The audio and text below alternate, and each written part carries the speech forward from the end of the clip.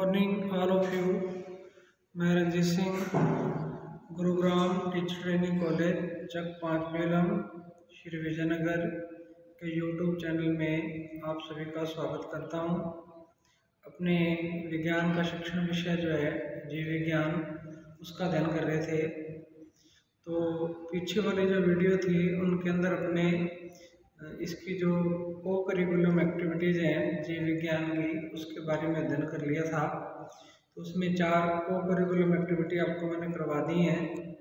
एक तो समुदाय में उपलब्ध शैक्षिक संसाधन था, एक उसके अंदर अपने साइंस क्लब था, एक फिर अपने उसके अंदर साइंस फेयर या विज्ञान मेला पड़ा था, और लास्ट के अंदर अपने उसमें जो था फील्ड ट्रिप, क्षेत्रीय या शैक्षिक भ्रमण, इसके बारे में पढ़ लिया था। ये 4 तो थी को करिकुलम एक्टिविटी थी। अपने जो है जीव विज्ञान के अंदर 4th यूनिट जो है ना उसको कर रहे हैं। तो चौथी जो यूनिट है उसके अंदर ये टॉपिक हैं, एक तो को करिकुलम एक्टिविटी वाले हैं और एक सहायक शिक्षण सामग्री जो है वो है। शिक्षण सहायक सामग्री आपको मैंने करवा दी है पहले, उसमें 3 प्रकार की आपको मैंने बता दी थी, श्रव्य सहायक सामग्री, दृश्य सहायक सामग्री और श्रव्य दृश्य सहायक सामग्री, वो तीनों पढ़ ली थी। उसके बाद अपने को करिकुलम एक्टिविटी थी 4 अपने, वो भी कर लिए। और इसके अलावा इस यूनिट के अंदर एक टॉपिक है विज्ञान जो है या जीव विज्ञान प्रयोगशाला, लेबोरेटरी जो होती है, प्रयोगशाला जिसके अंदर प्रयोग वगैरह किए जाते हैं विज्ञान से संबंधित, तो उसके बारे में अपने को अध्ययन करना है। ये भी चौथी यूनिट का टॉपिक है जीव विज्ञान के अंदर, ठीक है। तो ये जो विज्ञान प्रयोगशाला है ये सभी सब्जेक्ट के अंदर है, जितने भी टीचिंग सब्जेक्ट हैं, जैसे गणित है, ठीक है, भौतिक विज्ञान है, रसायन विज्ञान है, और ये जो जीव विज्ञान है और सामान्य विज्ञान है, इन सभी 5 सब्जेक्ट के अंदर प्रयोगशाला है, लेबोरेटरी है। तो इनमें कोई ज़्यादा फर्क नहीं है, थोड़ा थोड़ा कुछ पॉइंट में फ़र्क आता है, बाकी लगभग सभी में सेम ही होते हैं। तो आज अपना टॉपिक है जीव विज्ञान के अंदर बायोलॉजी लेबोरेटरी या जीव विज्ञान प्रयोगशाला, इसके बारे में अपने अध्ययन करना है। अब आपको पता है कि कक्षा के अंदर शिक्षक जो ज्ञान बच्चों को देता है, अध्ययन करवाता है, तो उसके अंदर विज्ञान के अंदर कुछ टॉपिक ऐसे होते हैं जिनके अंदर कुछ प्रैक्टिकल वर्क होता है, प्रयोगात्मक कार्य भी होता है। तो उस प्रयोगात्मक कार्य को करने के लिए, प्रैक्टिकल वर्क को करने के लिए बच्चों को फिर प्रयोगशाला के अंदर ले जाया जाता है। प्रयोगशाला के अंदर उनको कार्य जो है समय बच्चे करके या शिक्षक की देखरेख मार्गदर्शन में कार्य करके देखते हैं, प्रयोग करके देखते हैं। तो बच्चे जब किसी भी ज्ञान को समय करके सीखते हैं तो वो ज्ञान ज़्यादा स्थायी होता है, लंबे समय तक उनके मस्तिष्क में वो ज्ञान रहता है। तो सैद्धांतिक जो है ज्ञान है, उसके अलावा जो कार्यात्मक ज्ञान दिया जाता है, बच्चे समय करके सीखते हैं, वो ज़्यादा बच्चों को समझ में आता है, ज़्यादा स्थायी होता है। तो विज्ञान एक ऐसा सब्जेक्ट है जिसका प्रयोगात्मक कार्य अनिवार्य होता है, या प्रयोगात्मक कार्य के बिना विज्ञान सब्जेक्ट नहीं पढ़ाया जा सकता। तो प्रैक्टिकल वर्क इसके अंदर विज्ञान के अंदर जरूरी है। तो उस प्रैक्टिकल वर्क या प्रयोगात्मक कार्य को करवाने के लिए फिर स्कूल के अंदर जो है एक प्रयोगशाला होती है। अब जो छोटे लेवल के अंदर कक्षाएं होती हैं, 12वीं तक अपने कह सकते हैं, उच्च माध्यमिक स्तर की जो कक्षाएं हैं 11वीं 12वीं, उनके अंदर जो प्रयोगात्मक कार्य होता है वो सब्जेक्ट जो होते हैं उनके फिजिक्स, केमिस्ट्री, बायोलॉजी, क्योंकि 11वीं 12वीं तक जो है बायोलॉजी एक सब्जेक्ट होता है, बॉटनी जूलॉजी उसी के अंदर होते हैं, फिजिक्स केमिस्ट्री भी होता है। तो इनके अंदर लेबोरेटरी स्कूलों के अंदर भी होती है प्रयोगशाला, और कॉलेज स्तर पर भी होती है। तो प्रयोगशाला के अंदर बच्चे प्रयोगात्मक कार्य शिक्षक के मार्गदर्शन में करते हैं। तो अपने आज उस लेबोरेटरी के बारे में पढ़ना है कि प्रयोगशाला जो होती है ये क्यों बनाई जाती है, प्रयोगशाला के अंदर कार्य करवाने के बच्चों को उद्देश्य क्या होते हैं, मतलब प्रयोगशाला जो लेबोरेटरी इसका उद्देश्य क्या है बनाने का।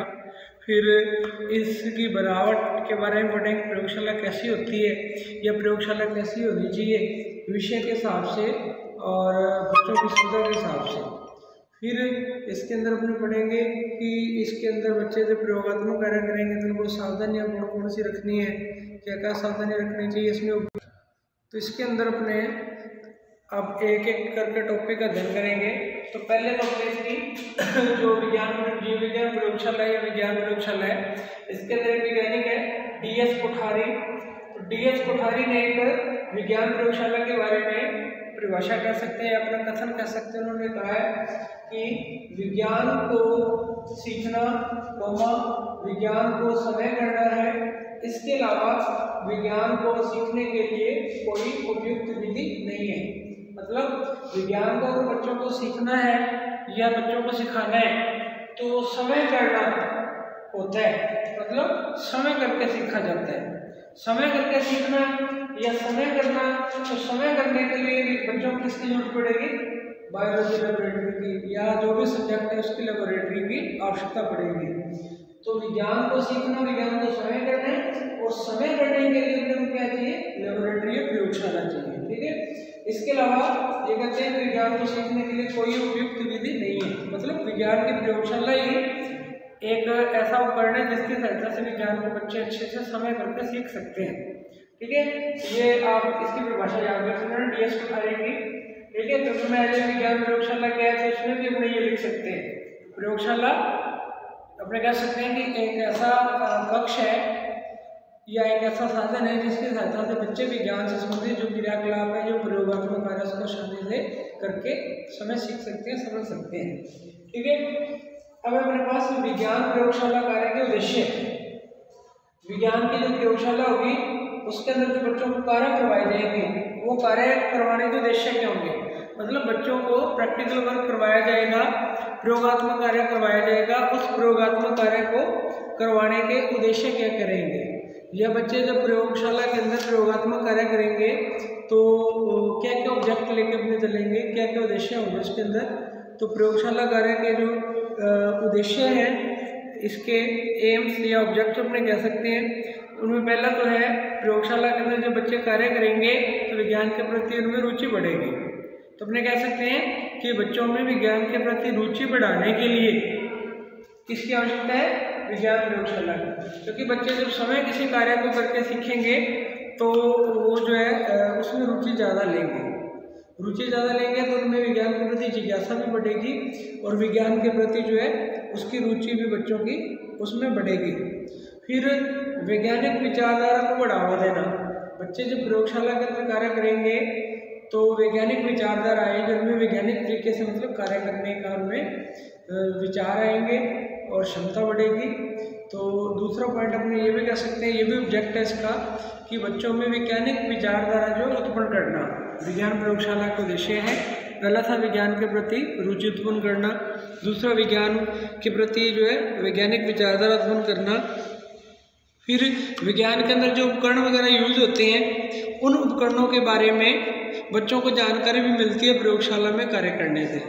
तो कहने का मतलब बच्चों को विज्ञान से संबंधित उपकरणों के बारे में जानकारी देना भी विज्ञान प्रयोगशाला का उद्देश्य है। जब बच्चे विज्ञान प्रयोगशाला के अंदर जाके कार्य करेंगे तो विज्ञान से जुड़े हुए जो उपकरण है, मतलब ऐसे उपकरण जो विज्ञान की देन है और जो कार्य करते हैं बच्चे, उनको जब देखते हैं कार्य करने की उनकी जो विधि है या कार्य विधि समझते हैं तो बच्चों को कहीं ना कहीं अपने जीवन के अंदर वो ज्ञान जो है सहायता करते हैं उनकी। तो वैज्ञानिक उपकरण जो है जितने भी विज्ञान से संबंधित उनकी कार्यविधि, उनकी कार्यशैली के बारे में बच्चों को समझने के उद्देश्य से भी प्रयोगशाला के अंदर बच्चों को कार्य करवाया जाता है। इसके अलावा छात्रों के अंदर अवलोकन, विश्लेषण, अंकन करने की क्षमता का विकास करना। अवलोकन करने की क्षमता बच्चों में आती है। अवलोकन का मतलब अपने किसी चीज़ को देख करके उसके बारे में ज्ञान प्राप्त करते हैं, तो वो अवलोकन या ऑब्जर्वेशन होती है। अपने कहीं भी जाती है, अपने को कोई नई वस्तु दिखती है या कोई घटना दिखती है तो अपने उसको देख करके उससे कुछ ज्ञान लेते हैं, कुछ सीखते हैं, तो वो अवलोकन करना है। तो बच्चों में जब विज्ञान के अंदर वो प्रयोगात्मक कार्य करते हैं तो उनमें अवलोकन की शक्ति जो है या क्षमता है वो बढ़ती है। ठीक है। विश्लेषण करने की क्षमता भी बढ़ती है। ठीक है, तर्क शक्ति भी उनकी बढ़ती है। तो ये भी कह सकते हैं कि प्रयोगशाला का जो है प्रयोगात्मक कार्य का एक ऑब्जेक्ट है, उद्देश्य है बच्चों में अवलोकन क्षमता, ठीक है, विश्लेषण की क्षमता, तर्क क्षमता आदि का विकास करना, छात्रों के अंदर अमूर्त घटनाओं और कार्यों के प्रति रुचि बढ़ाना। अमूर्त घटनाएं जिनके बारे बच्चे करके सीखते हैं, ठीक है। तो दो प्रकार का चिंतन होता है, अमूर्त चिंतन और मूर्त चिंतन। तो इसके अंदर जो है बच्चे जब समय करके सीखते हैं तो उनमें इस प्रकार का चिंतन जो उसका विकास होता है। ये भी कह सकते हैं कि प्रयोगशाला का जो प्रयोगात्मक कार्य है उसका एक ऑब्जेक्ट होता है।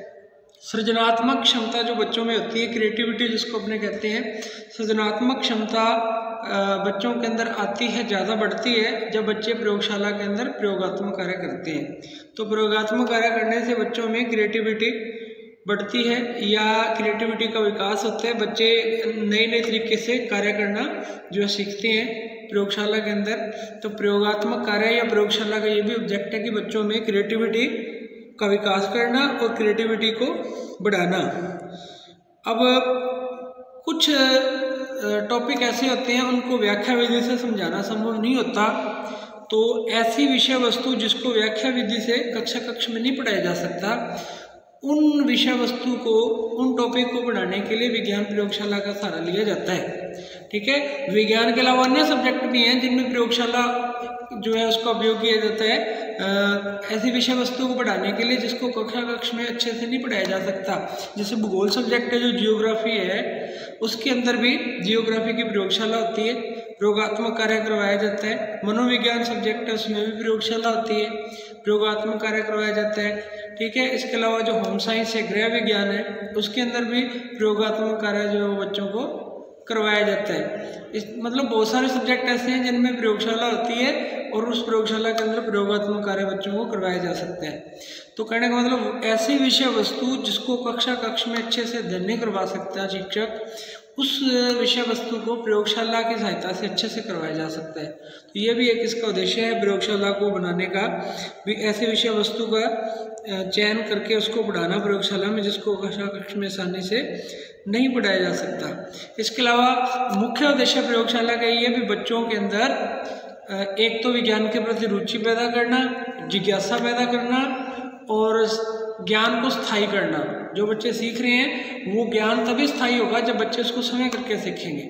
शिक्षक बच्चों को अगर कक्षा में कोई प्रयोगात्मक कार्य या कुछ ऐसी विषय वस्तु के बारे में बता भी देता है जो प्रयोगात्मक या प्रयोगशाला से संबंधित है, तो बच्चे जब उसको समय प्रयोगशाला के अंदर जाके करके नहीं देखेंगे तो वो उनको अच्छा समझ भी नहीं आएगा और ज्ञान उनका स्थायी भी नहीं होगा। इसलिए प्रयोगशाला के ये उद्देश्य हैं जो मैंने आपको बताए। पेपर में आ जाए प्रयोगशाला के उद्देश्य क्या है या आ जाए प्रयोगात्मक कार्य का उद्देश्य क्या है, तो दोनों का आंसर एक ही है, प्रयोगशाला का उद्देश्य है, प्रयोगात्मक कार्य का उद्देश्य है। या ऐसा भी पूछ सकता है अपने से कि बच्चों को प्रयोगात्मक कार्य का जो है क्या महत्व है उनके लिए, या उनको प्रयोगात्मक कार्य क्यों करवाया जाना चाहिए, तो उसके ऑब्जेक्ट अपने इसके अंदर बता सकते हैं। ठीक है, इसके बाद अपने पास आता है विज्ञान प्रयोगशाला कार्य के उद्देश्य के बाद विज्ञान प्रयोगशाला का निर्माण जो है मतलब इसको कैसे बनाया जाएगा। विज्ञान प्रयोगशाला जो है इसका जब निर्माण किया जाता है तो उसमें क्या क्या चीज़ें उसको ध्यान में रखा जाता है, तो उसके बारे में अपन को अध्ययन करना है। अब इसमें आपने पहले ध्यान रखना है कि विज्ञान प्रयोगशाला का जब निर्माण करते हैं तो उसमें ये दो प्रकार की प्रयोगशालाओं का निर्माण किया जाता है। दो प्रकार की प्रयोगशालाएं हैं अपने पास, एक तो मिश्रित विज्ञान का कमरा तथा प्रयोगशाला, दूसरा रहता है भौतिक विषय की अलग प्रयोगशाला। तो ये आपने ध्यान रखना है कि जब भी विज्ञान प्रयोगशाला का निर्माण किया जाएगा तो दो प्रकार की प्रयोगशालाएं हो सकती हैं या बनाई जाती हैं। एक है मिश्रित विज्ञान का कमरा तथा प्रयोगशाला और भौतिक विषय की अलग प्रयोगशाला। अब आपने इसके अंदर अपने इसके बारे में भी और इसके बारे में भी पढ़ना है, तो आपने इसमें ये चीज़ ध्यान रखनी है कि मिश्रित विज्ञान का कमरा तथा प्रयोगशाला, इसके अंदर अपने इसकी संरचना है ना के बारे में पढ़ेंगे, उसमें क्या क्या चीज़ें होती हैं, इसकी बनावट कैसी होती है, फिर अपने इसके बारे में पढ़ेंगे कि इसके अंदर क्या है। अब जब इसकी बनावट पढ़ेंगे तो इसमें जो बातें हैं वही लगभग सारी इसमें आती हैं। इसमें और इसमें थोड़े से पॉइंट ऐसे हैं जो इसमें अलग से होते हैं, तो अपने दोनों को डिस्कस करेंगे। बनावट के अंदर, और इसकी बनावट के अंदर क्या कुछ होता है, फिर अपने इसके अंदर पढ़ेंगे भी इसकी बनावट के अलावा इसमें एक्स्ट्रा चीज़ क्या होती है, मतलब भौतिक विज्ञान की प्रयोगशाला। अब इसके अंदर जब हमने पढ़ेंगे मिश्रित विज्ञान का कमरा तथा प्रयोगशाला, तो इसमें जो कॉमन सब्जेक्ट होते हैं, ठीक है, वो सभी के लिए, जैसे अपने केमिस्ट्री की प्रयोगशाला बनानी है, चाहे अपने जीव विज्ञान की बनानी है, ठीक है, चाहे अपने सामान्य विज्ञान की बनानी है, तो उनके लिए बनावट लगभग सेम रहेगी कक्षा कक्ष की। उपकरण जो है, उपकरण कुछ तो सेम ही रहते हैं, कुछ उपकरण सब्जेक्ट के हिसाब से, विषय वस्तु के हिसाब से बदल जाएंगे। अब भौतिक विज्ञान प्रयोगशाला, इसमें सिर्फ भौतिक विज्ञान जो विषय फिजिक्स विषय है उसके अकॉर्डिंग बनाई जाएगी। भौतिक विज्ञान विषय जो है इसके, क्योंकि जो उपकरण वगैरह होते हैं या इसके अंदर जो प्रयोगात्मक कार्य करना होता है उसके लिए कुछ अलग प्रकार की सुविधाओं की आवश्यकता पड़ती है, ठीक है, इसकी रिक्वायरमेंट कुछ अलग प्रकार की है भौतिक विज्ञान सब्जेक्ट की। तो भौतिक विज्ञान विषय की प्रयोगशाला की अपने अलग से बात करेंगे, इसमें अलग स्पेशल क्या क्या रिक्वायरमेंट है इसकी, या होनी चाहिए या कैसा होना चाहिए।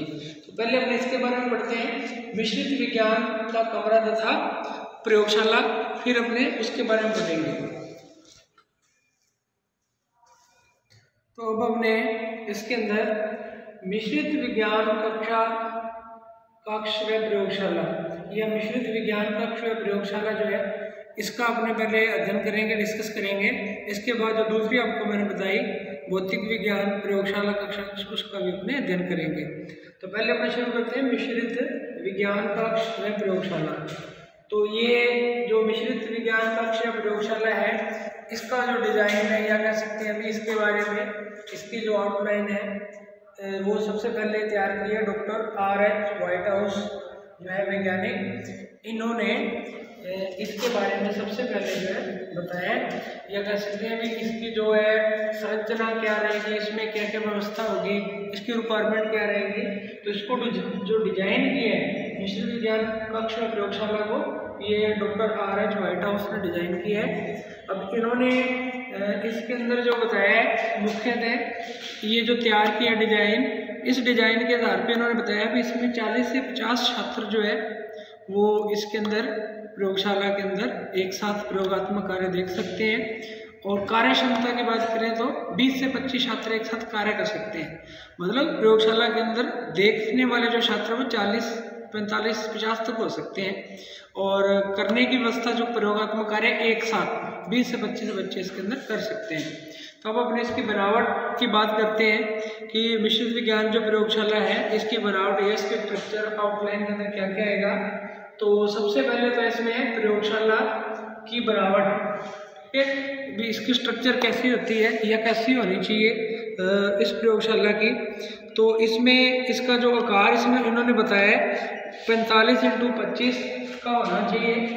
इसकी बनावट के अंदर 45 × 25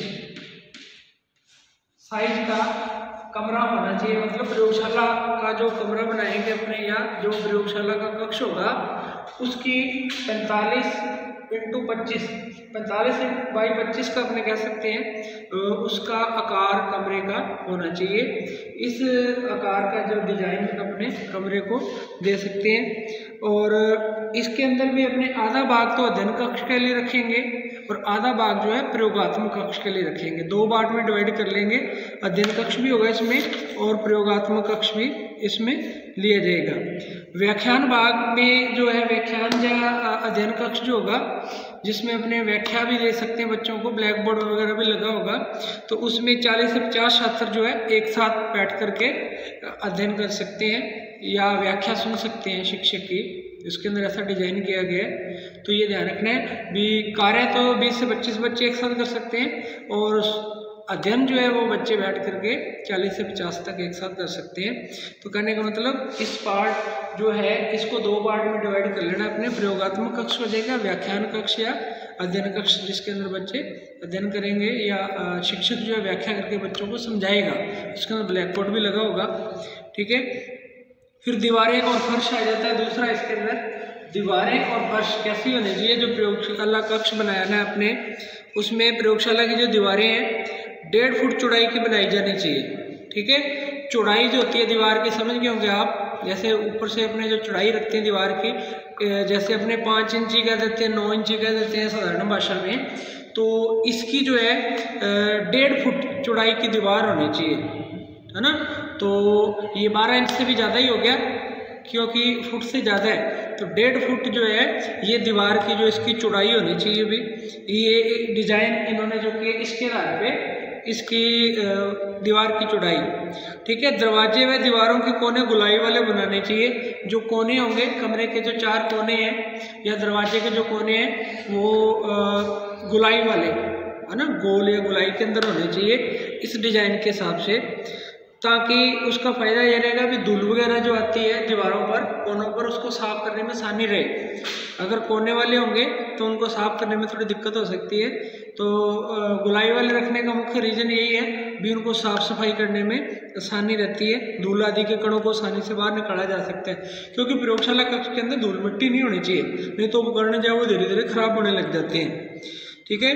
तो यदि संभव हो तो दीवारों पर पेंट या अपने जैसे प्लास्टिक पेंट कह सकते हैं, है ना, जो भी जो है वित्त व्यवस्था है, जैसे खर्चा है जिस प्रकार का लगाना चाहती है संस्था उसके हिसाब से उस पर अगर संभव हो तो पेंट कर दिया जाना चाहिए दीवारों के ऊपर, ताकि उनके ऊपर जो है साफ सफाई बढ़िया रहे और सफाई करने में दिक्कत ना रहे। और हर साल जो है उसकी पुताई होनी चाहिए, मतलब पेंट जो है उसको दोबारा से नया कर देना चाहिए दीवारों के ऊपर हर साल इसकी, ताकि ये जो है ख़राब ना हो। फर्श चीकना होना चाहिए और धूल के कण ना बैठने वाला होना चाहिए। फर्श जो नीचे अपने लगाना है वो चीकना होना चाहिए ताकि उसकी सफाई आसानी से रहे। मिट्टी के कण उसके ऊपर ज़्यादा, क्योंकि खुरदरी सतह होती है उस पर मिट्टी ज़्यादा जमती है, ठीक है, सफाई करने में भी दिक्कत आती है। तो चीकना होगा तो मिट्टी के कण कम रहेंगे उसके ऊपर और उसकी साफ सफाई करने में भी समस्या नहीं आएगी। ये तो था इसकी दीवारें और फर्श के बारे में। अब दरवाजे और खिड़कियाँ, प्रयोगशाला जो कक्ष है उसमें प्रयोगात्मक कार्य बच्चों ने करना है, तो इसके अंदर दरवाजे खिड़कियाँ जो है वो महत्वपूर्ण होती हैं। अभी 2 दरवाजे प्रयोगशाला के अंदर होने चाहिए कम से कम, ठीक है। एक दरवाजा नहीं होना चाहिए, जैसे प्रयोगात्मक जो कक्ष है इसके 2 दरवाजे रखने अनिवार्य हैं इस डिजाइन के हिसाब से। एक दरवाजा तो व्याख्यान कक्ष की ओर होगा और दूसरा प्रयोगशाला, क्योंकि इसमें 2 कक्ष अपने डिवाइड किया था, व्याख्यान कक्ष, प्रयोगशाला कक्ष या प्रयोगात्मक कार्य कक्ष। तो एक व्याख्यान कक्ष की ओर होगा, एक प्रयोगशाला कक्ष की ओर होगा इसमें, ठीक है। और इसमें ये व्यवस्था रहेगी भी एक दरवाजे से बच्चे प्रवेश करेंगे और दूसरे दरवाजे से बच्चे बाहर निकल जाएंगे, ताकि भीड़ नहीं रहे ज़्यादा, आने जाने में बच्चों को समस्या भी नहीं रहे, ठीक है। दरवाजे बाहर की तरफ खुलने वाले होने चाहिए ताकि उनको आसानी से शीघ्रता से खोला जा सके। दरवाजे अगर बाहर की तरफ खुलने वाले होंगे, अगर किसी इमरजेंसी में या प्रयोगात्मक कार्य करते समय कोई कई बार दुर्घटना होने की संभावना भी होती है, तो दरवाजे को जल्दी से आसानी से खोला जा सके तो बाहर से खुलने वाले दरवाजे होने चाहिए। सामान्यतः कमरों के दरवाजे अंदर की तरफ खुलने वाले होते हैं, लेकिन प्रयोगशाला के अंदर जो दरवाजे लगाने हैं वो बाहर की तरफ खुलने वाले होने चाहिए। 3 खिड़कियाँ प्रयोगशाला कक्ष के अंदर होनी चाहिए, 6x8, 6x8 की कह सकते हैं अपने। तो इसकी खिड़कियों की जो है लंबाई चौड़ाई होनी चाहिए इसके अंदर 6 फुट x 8, मतलब 6 फुट और 8 फुट लंबाई चौड़ाई की जो खिड़की है वो 3 खिड़कियाँ इसके अंदर प्रयोगशाला कक्ष के अंदर होनी चाहिए, विज्ञान प्रयोगशाला के अंदर। और उस तरह अपने दीवार पे खिड़कियां बनानी है जिस पे दरवाजे नहीं है, क्योंकि दरवाजे जो है जिन दीवार पे लगे हैं उसके जो सामने वाली है, जो उसके दूसरी साइड वाली दीवार है उसके ऊपर अपने 3 खिड़कियां जो है वो 6x8 फुट के हिसाब से जो है लगाई जानी है। 2 खिड़कियां तो व्याख्यान कक्ष की ओर होंगी और एक प्रयोगशाला कक्ष की ओर होगी। इसमें भी 2 कक्ष डिवाइड किए हैं, तो 2 इसके अंदर खिड़कियां एक दीवार पे होंगी और एक दीवार पे होंगी। एक प्रयोगशाला वाली दीवार पे होंगी और 2 व्याख्यान वाली।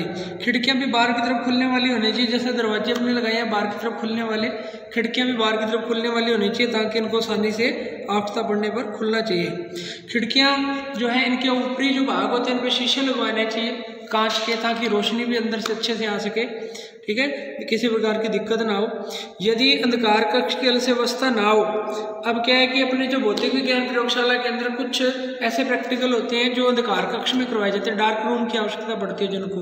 अगर भौतिक विज्ञान की प्रयोगशाला की बात करें तो उसमें डार्क रूम की व्यवस्था भी करनी होती है, ठीक है। तो इसलिए उसके अंदर अगर डार्क रूम की अलग से व्यवस्था ना हो तो खिड़कियों पर काले रंग के पर्दे लगा देने हैं। अगर तो डार्क रूम अपने अलग से बनाए हैं भौतिक विज्ञान के लिए तो कोई दिक्कत नहीं है, अगर साथ में ही है तो फिर काले रंग के पर्दे जो खिड़कियों पे लगा देने चाहिए, क्योंकि जब डार्क रूम अपने उसको तैयार करेंगे भौतिक विज्ञान के प्रयोग के लिए तो फिर काले रंग के पर्दे उसके ऊपर लगा करके आसानी से ये काम अपने कर सकते हैं।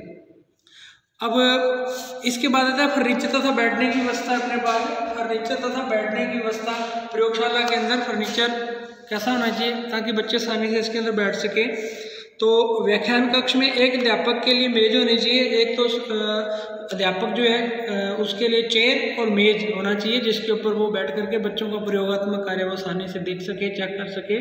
तो एक चेयर होनी चाहिए शिक्षक के लिए, एक मेज होनी चाहिए तथा 40 से 50 छात्रों के बैठने की व्यवस्था होनी चाहिए। वो उनके बैठने के लिए चेयर टेबल भी हो सकते हैं या बड़े बेंच भी हो सकते हैं, तो वो संस्था की सुविधा और बच्चों की आवश्यकता के अनुसार बनाए जा सकते हैं।